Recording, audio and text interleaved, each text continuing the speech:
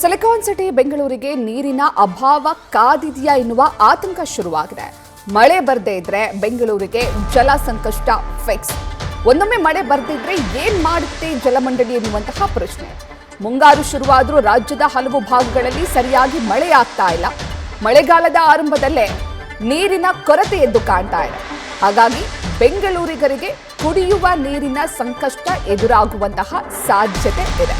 ಈಗಾಗಲೇ ರಾಜ್ಯದಲ್ಲಿ ಮುಂಗಾರು ಆರಂಭವಾಗಿದ್ದು ಕೂಡ ಹಲವು ಭಾಗಗಳಲ್ಲಿ ಸರಿಯಾಗಿ ಮಳೆ ಆಗ್ತಾ ಇಲ್ಲ.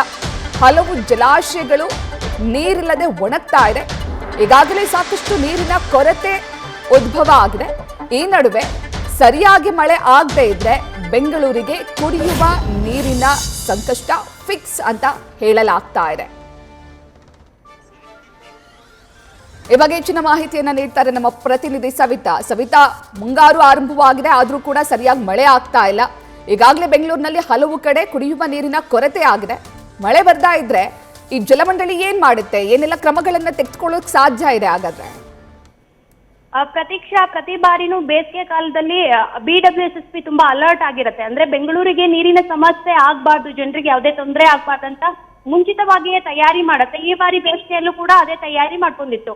ಈಗ ಮುಂಗಾರು ಚುರುಕುಗೊಂಡಿದೆ ಅಂತ ಅನ್ಕೊಂಡಿದ್ರೆ ಮುಂಗಾರು ಆರಂಭ ಆಗಿದೆ. ಮುಂಗಾರು ಮಳೆ ಅನ್ಕೊಂಡಷ್ಟು ಅಂದ್ರೆ ರಾಜ್ಯದಲ್ಲಿ ಕೆಲ ಭಾಗಗಳಲ್ಲಿ ಮಳೆ ಆಗಿಲ್ಲ, ಇನ್ನೊಂದಿಷ್ಟು ಭಾಗಗಳಲ್ಲಿ ಮಳೆ ಆಗ್ತಿದೆ. ಸೊ ಒಂದಿಷ್ಟು ಜಲಾಶಯಗಳು, ರಾಜ್ಯದ ಜಲಾಶಯಗಳು ಕೂಡ ಬರಿದಾಗ್ತಾ ಇದ್ದಾವೆ. ಈ ಆತಂಕ BWSSB ಕೂಡ ಕಾಡ್ತಾ ಇದೆ. ಕಾವೇರಿ ಜಲಾಶಯನದಲ್ಲಿ 9.5 TMC ನೀರನ್ನ ಮುಂಚಿತವಾಗಿ ಬೆಂಗಳೂರಿಗೆ ಮೀಸಲಿಡುವಂತೆ ಈಗಾಗಲೇ ಮನವಿಯನ್ನ ಮಾಡಿದೆ.